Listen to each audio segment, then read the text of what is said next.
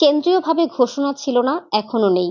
তবে জয়ের সম্ভাবনা আছে এমন উপজেলায় চেয়ারম্যান, ভাইস চেয়ারম্যান এবং মহিলা ভাইস চেয়ারম্যান পদে 5 শতাধিক প্রার্থী চূড়ান্ত করেছিল জামায়াত।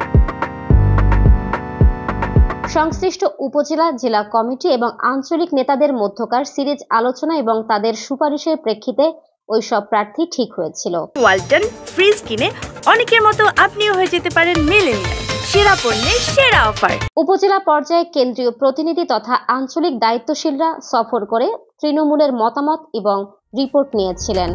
সেই রিপোর্ট ধরে কোনো প্রার্থীর জয়ের সম্ভাবনা কতটুকু সেই ধারণা বা অনুমান করা হয়েছিল।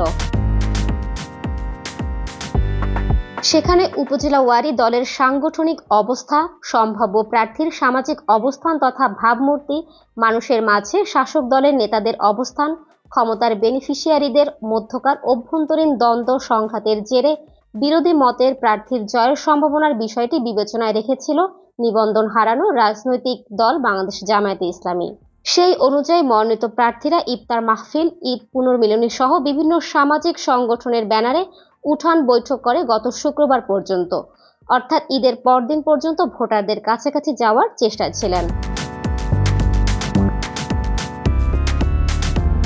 কিন্তু না, উপজেলা নির্বাচন বিষয় অতি সম্প্রতি জামায়াতে ইসলামীর সর্বশেষ কেন্দ্রীয় পর্যালোচনা সভায় কোনো ফরম্যাটেই দলীয় পদবীধারী নেতাদের উপজেলা পরিষদ নির্বাচনে অংশ না নেওয়ার সিদ্ধান্ত হয়।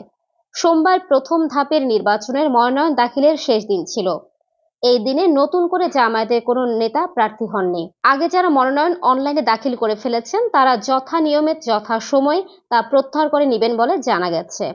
কেন্দ্রের সিদ্ধান্ত পেয়ে তারা তাৎক্ষণিক সামাজিক যোগাযোগ মাধ্যমে নির্বাচন থেকে সরে দাঁড়ানোর ঘোষণা দিয়েছেন। সূত্র মতে পরবর্তীতে ভোট হবে এমন প্রার্থীদেরও আপাতত ভোট চাওয়া বন্ধ করে সংগঠনের রুটিন কার্যক্রমে মনোনিবেশ করার নির্দেশনা দেওয়া হয়েছে।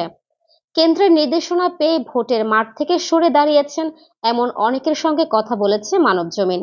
তাছাড়া দলটির সহকারী সেক্রেটারি জেনারেল মাওলানা আব্দুল হালিমও কোনো ফরম্যাটে উপজেলা নির্বাচনে অংশ না নেওয়ার সিদ্ধান্তের কথা স্বীকার করেছেন।